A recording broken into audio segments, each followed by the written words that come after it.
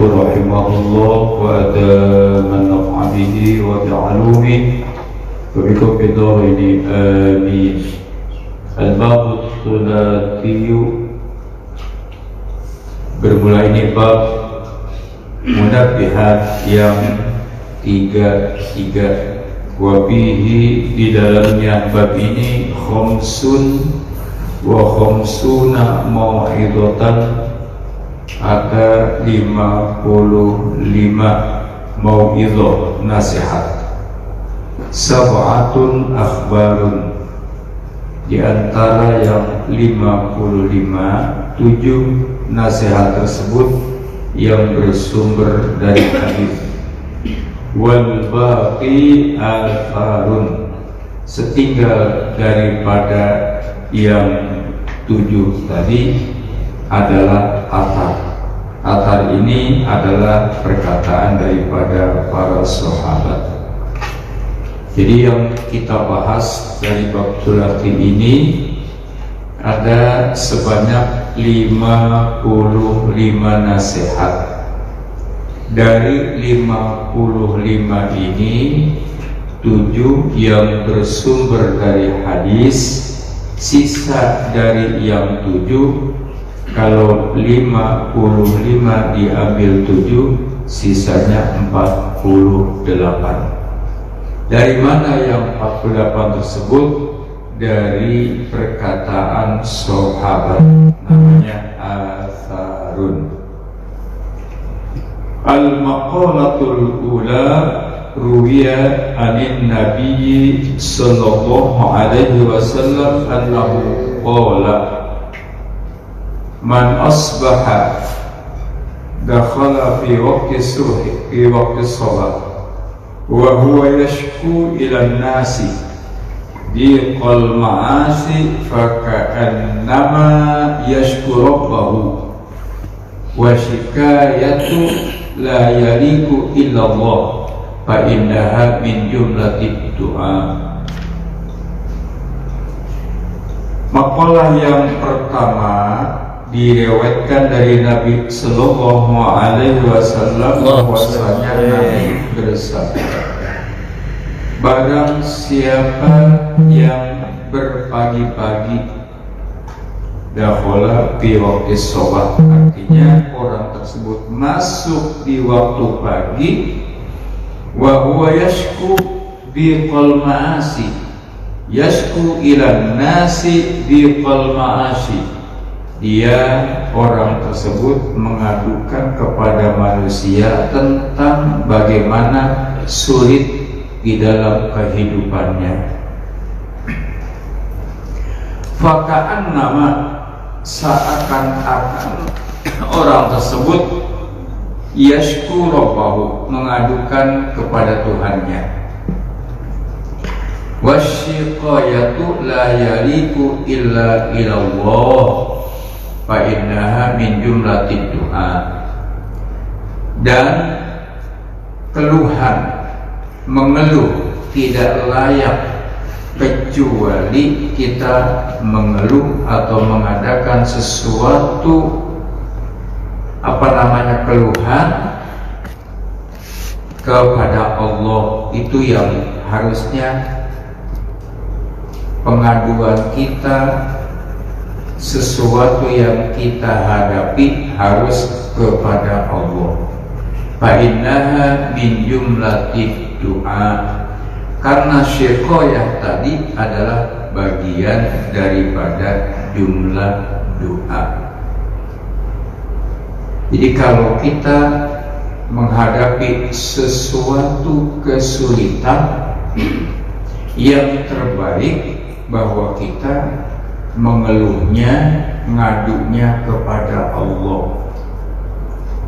Apalagi dengan kita melalui sholat istikharah.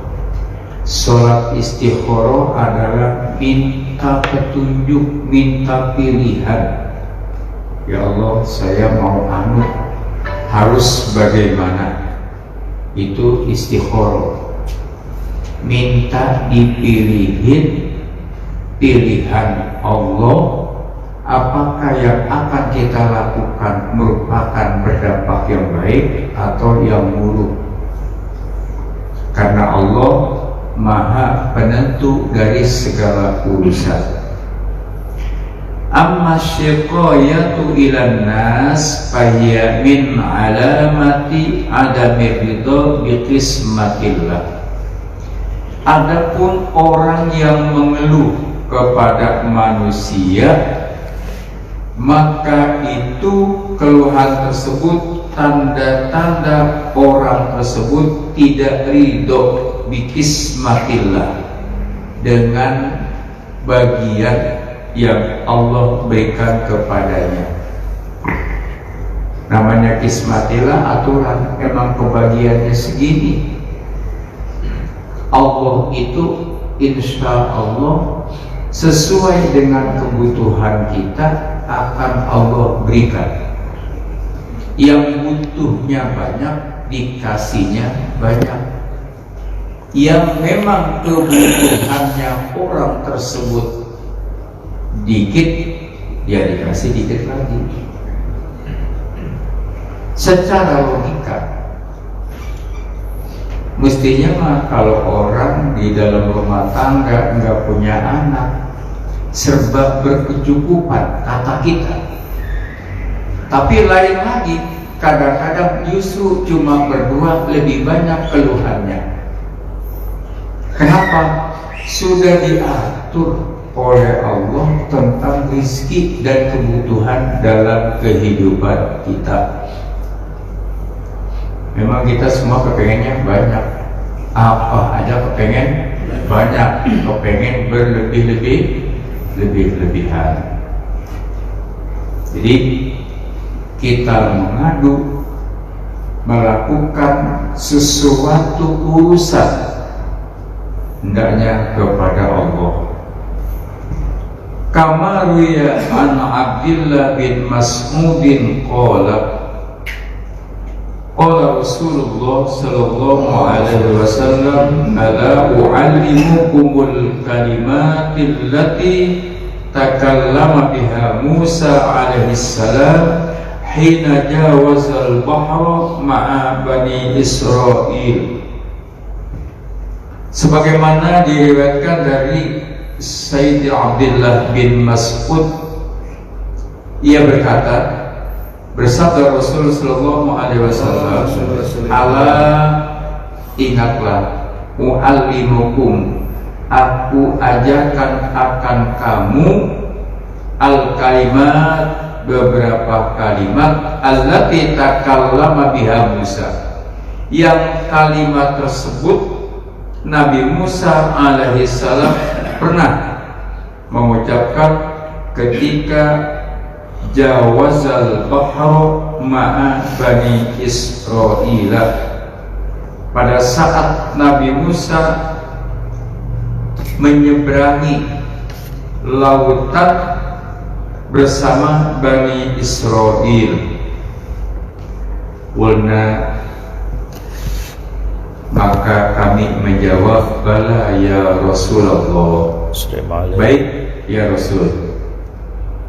Qala, Rasul menjawab, qulu, ucapkan olehmu, Allahumma lakal hamdu, ya Allah, ya Tuhan kami, bagi Engkau segala puji, wa ilaikal mushtaka, dan kepadamu pula ya Allah tempat mengadu, wa antal musta'an, dan kepada Engkau pula ya Allah tempat memohon pertolongan, wala haula wala quwwata illa billah, dan tiada daya upaya, tiada kekuatan melainkan dengan pertolongan Allah yang maha besar.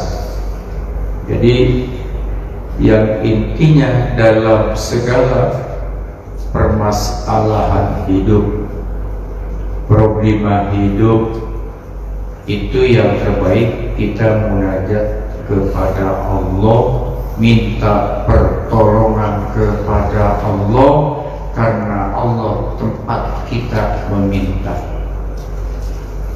Iyyaka na'budu wa iyyaka nasta'in.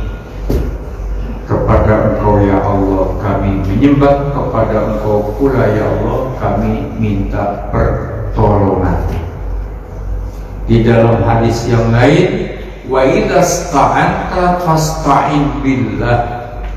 Apabila kamu mau minta pertolongan, mintalah kepada Allah, bukan kepada makhluk Allah. Qolal A'masyu, telah berkata Al-Imam A'mash, fama taraktuhunna mundu sami'tuhunna min Syaqiqi al-Asadi al-Kufi wa huwa an Abdillah radhiyallahu ta'ala anhu. Kata Amas, tidak pernah saya meninggalkan kalimat itu semenjak aku mendengarkan beberapa kalimat dari saudara kandungku yang bernama Al-Asadi Al-Kufi. Kufi ini satu negeri Kufah.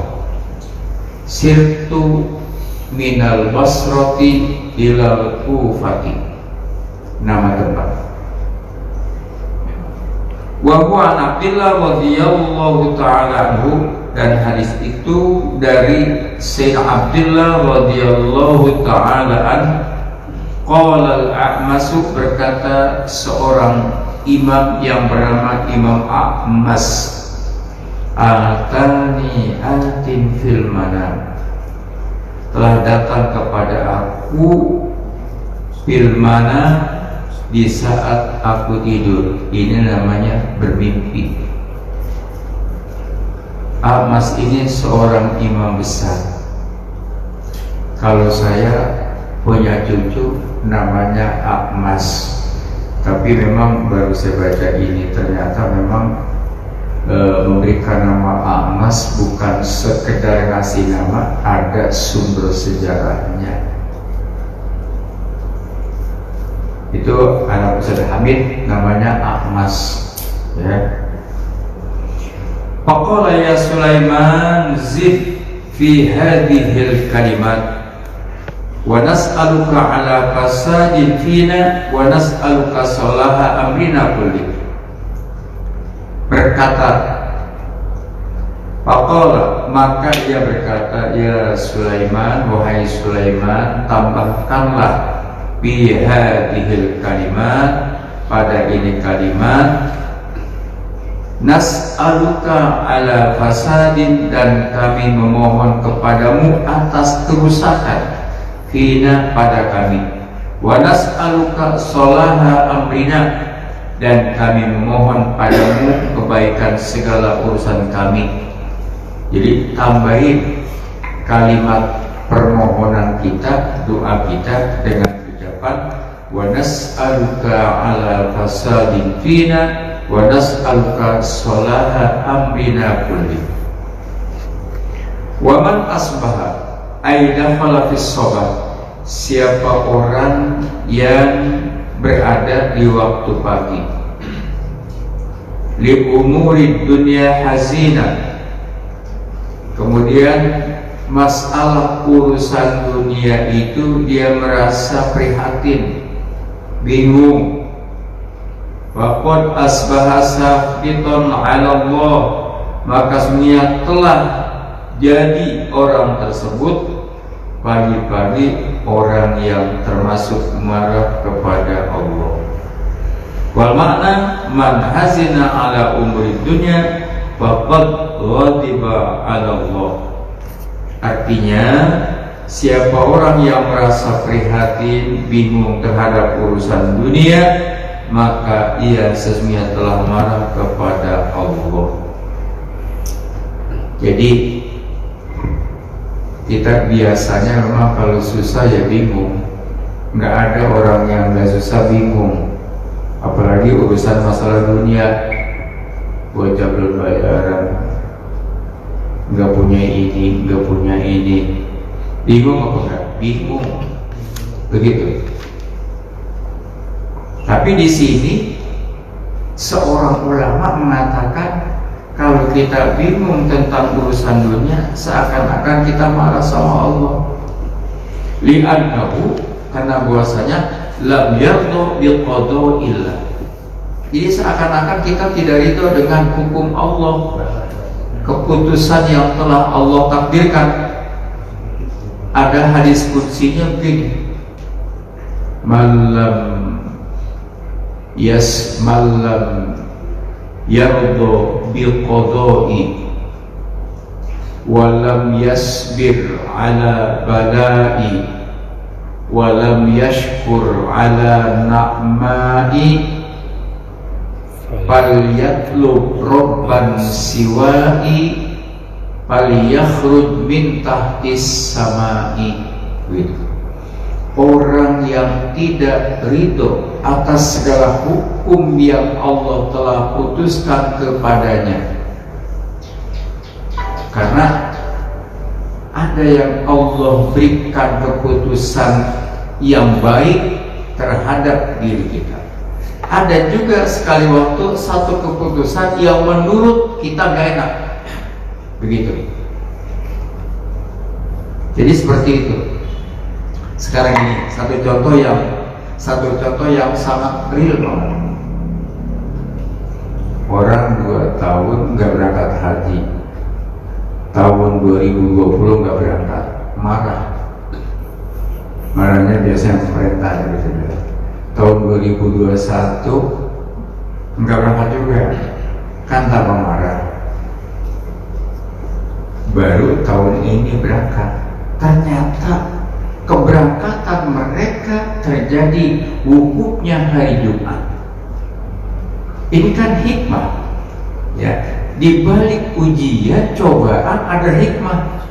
Beruntung banget orang-orang yang haji tahun ini, mereka melaksanakan wukuf di hari Jumat, di mana satu riwayat orang yang wukuf di hari Jumat seakan-akan dia melaksanakan ibadah haji 70 kali. Besar apa? Besar. Mungkin sekarang alhamdulillah, untung gua kagak diberangkatin mari 2 tahun. Bagi yang berangkat nih, bagi yang berangkat tadi hari ini udah pulang, haji lah udah pulang dengan rombongan yang semua utuh dalam keadaan sehat walafiat. Awalnya marah, 2020 nggak berangkat, 2021 nggak berangkat. Setelah 2022 berangkat, baru dia mengatakan alhamdulillah, hukumnya hari Jumat, aturannya juga sangat baik di dalam peningkatan pelayanan haji. Makanya di sini kata Allah, malam yardo biqadha'i, orang yang tidak ridho atas keputusan aku, walam yasbir ala balai, orang yang memang tidak sabar atas cobaan yang aku berikan, walam yashkur ala na'mai, dan orang yang tidak bersyukur atas segala nikmat yang aku berikan. Kemudian kata Allah, falyatlub rabban siwa'i, silakan kamu cari Tuhan selain aku. Dari mana lagi? Silakan cari Allah selain aku. Memang ada 2. Itu ancamannya. Tapi yang lebih berat lagi, falyakhruj min tahtis sama. Udah geredo dengan hukum aku, enggak sabar dengan coba dari aku, tidak bersyukur atas segala nikmat aku, silakan cari Tuhan selain aku. Silakan keluar dari permukaan bumi ini. Mau kemana kita? Kita disuruh keluar dari bawah langit, minta sama, suruh keluar dari bumi ini. Mau kemana keluarnya kita?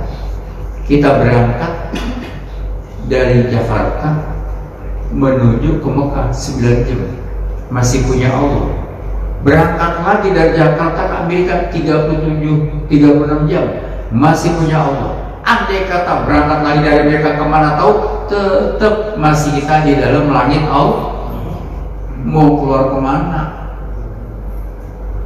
Kecuali kata Allah, silakan Anda pindah RT dari 1 ke RT 2. Gampang nggak?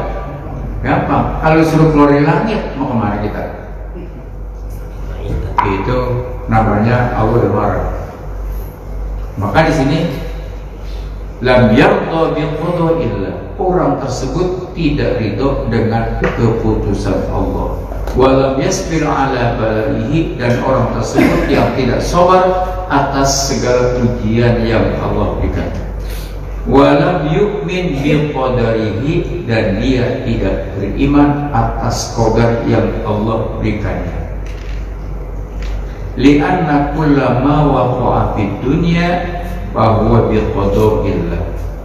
Sesungguhnya setiap yang terjadi di permukaan bumi di dunia ini adalah biqada'illah. Sudah Allah takdirkan, sudah Allah tentukan apapun yang terjadi. Adanya tsunami, adanya gunung meletus, macam-macam. Walhasil semua tidak keluar daripada biqadaillahi wa qadarihi. Kejadian yang berada di bumi atas qada Allah dan atas qadar Allah. Wa man tawadda'a li ghaniyyin li ghinahu faqad dhahaba thulutha dinihi. Siapa orang yang merendahkan diri bagi orang yang kaya karena kekayaannya. Jadi kita kalau orang kaya nunduk karena kekayaan dia. Faqad dhahaba thulutha dinihi, sesungguhnya orang tersebut hilanglah 2/3 dari agamanya. Jadi kalau orang kaya hormat, ya hormat aja, bukan karena kekayaannya. Emang ngasih apa sih orang kaya sama kita? Umumnya orang dihormatin orang di dunia, bukan di akhirat. Orang bisa terhormat di muka manusia yang pertama kalau orang itu punya pangkat. Dari mulai ya pangkat kan namanya, pangkat kan macam-macam. RT pangkat, RW pangkat, lurah pangkat, camat pangkat, apalagi bupati dan seterusnya. Ketika orang itu masih punya jabatan, masih dihormati orang. Nanti kalau jabatannya sudah hilang, akan hilanglah kehormatan. Satu. Yang kedua, orang dihormatin orang karena kekayaannya. Selama dia kaya, orang merumuni dia.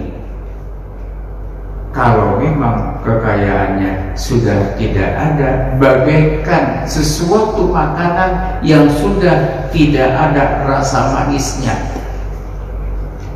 Ini semut banyak amat ya. Kenapa? Karena ada gula. Sekali waktu yang namanya gula hilang, gulanya habis, semutnya juga nggak ada. Tuh, namanya menghormati orang karena hartanya. Ketika hartanya tidak ada, akan hilanglah penghormatannya.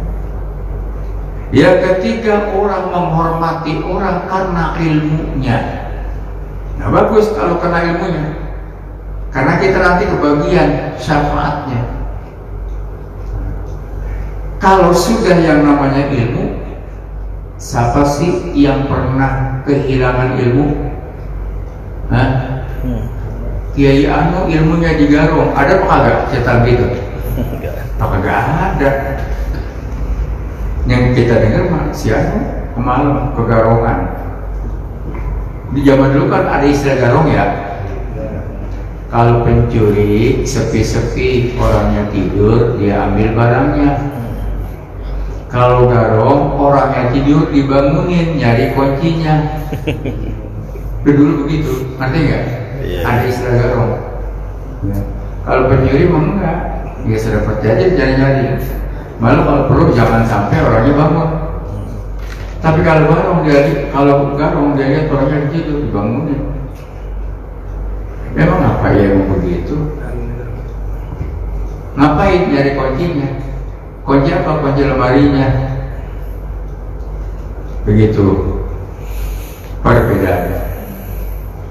Jadi jangan kita rendah diri karena kekayaan dia. Jangan kita rendah diri karena pangkatnya dia. Dan jangan kita nyender karena dia punya pangkat. Emang pangkat akan abadi. Ya?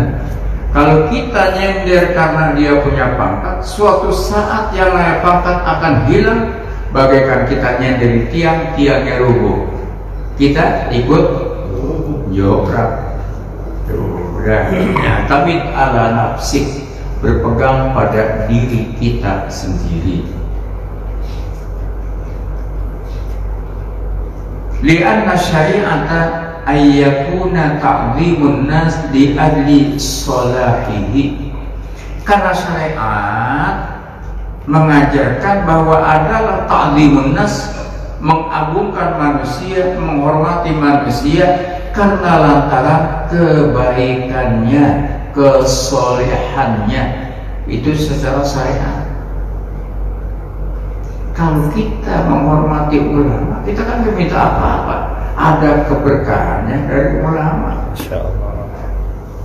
Nah, kalau kita menghormati orang kaya, karena kita mengharapkan apa? Siramannya, pemberiannya. Ini enggak boleh. Wali adli ilmihi, tuh, karena lantaran ilmunya.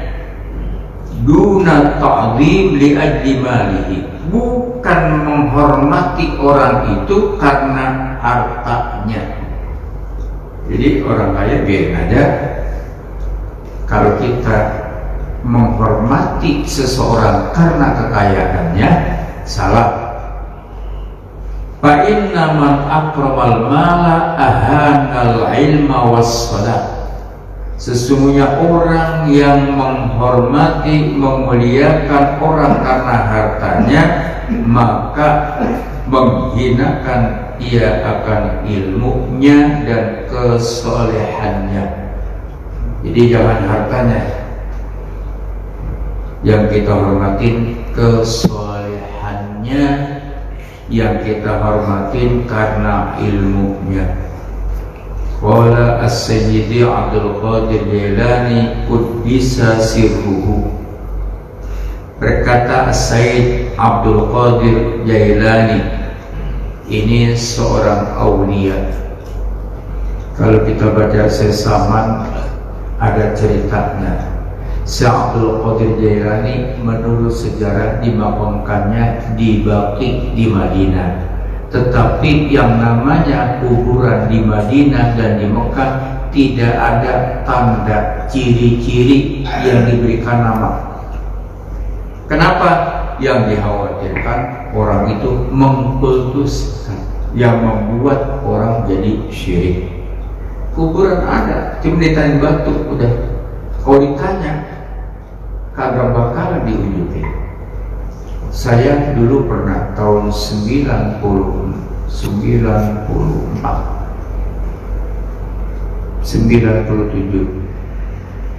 saya umroh bawa keluarga,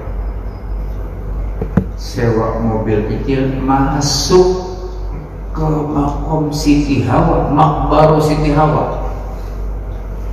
Kita minta diunjukin, kagak diunjukin, itu pribadi. Apalagi yang namanya kita kalau Jawa pakai mobil. Gimana? Gue nama kepada Hawa, wallahu a'lam, maaf maklum. Dia bilang nggak tahu. Nah, karena yang namanya kuburan-kuburan di sana bukan kayak kita di sini. Kasih nama apa segala di sana. Yang penting ada batunya, supaya tidak tergelincir. Fasta'in billah, mintanya kepada Allah. La budda li kulli mu'minin fi sa'iri ahwalihi min thalathati asya'. Tidak boleh tidak bagi setiap mukmin pada sekalian halnya, urusannya, min thalathati asya', ada 3 perkara. Amrin yatamathalu. Yang pertama, perintah yang memang tamathaluhu. Artinya tamathaluhu ini apa? Perumpamaannya. Wa nahyin yattabi'uhu. Yang kedua adalah satu larangan yang ia jauhinya. Gitu. Wa qadarin yardha bihi, dan yang ketiga qadar yang ia rela dengannya. Fa aqallu halatil mu'min, sekurang-kurangnya hal orang mukmin, la yakhlu fiha min ahli hadhihi thalatha. Apa artinya layu? Tidak sunyi padanya tentang urusan orang-orang mukmin dari salah satu dari yang 3 perkara ini. Fayam bagilahu ayyalzama hammaha qalbuhu wa yuhadditha biha nafsuhu wa ya'khudhal jawarih biha fi sa'iri ahwali. Sayogiannya bagi orang yang mukmin itu ayyalzima, bahwa ia melazimkan hammaha. Apa artinya hammaha? Memperhatikan sesuatu hatinya itu dan menceritakan dengan dia oleh dirinya. Wa ya'khudha jawarihu biha, dan ia mengambil anggota badannya dengan sesuatu bisa diri ahwalihi, dalam segala keadaan perkaranya. Ini bagi kita seorang mukmin, intinya yang pertama, apapun urusan yang kita hadapi, bukan kita mengadu kepada manusia, tetapi mintalah kepada Allah Subhanahu wa ta'ala. Ketika sesuatu yang terjadi menurut pandangan kita enggak enak, jangan kita tidak ridho. Sesuatu yang dipandang oleh kita itu cobaan yang berat, harus kita hadapi dengan penuh kesabaran. Kalau tidak, akan kembali ancaman Allah. Orang yang tidak ridho dengan qadaku, tidak sabar dengan cobaanku, tidak syukur atas nikmat yang Allah berikan, Allah kata, silakan cari Tuhan selain aku, silakan Anda keluar dari duniaku.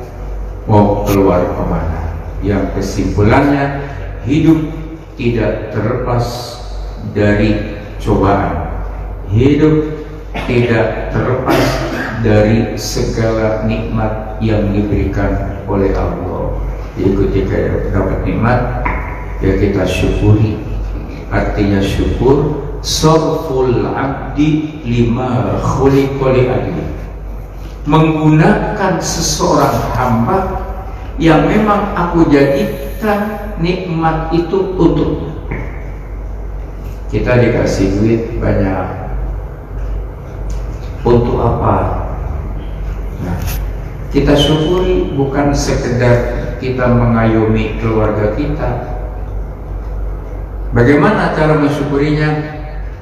Agar yang Allah berikan nikmat, supaya orang lain juga merasakan nikmat dari kita. Karena itu ada titipan Allah Subhanahu wa ta'ala. Wal maqalatu tsaniyah wallahu a'lam bissawab. Demikian ta'lim kita.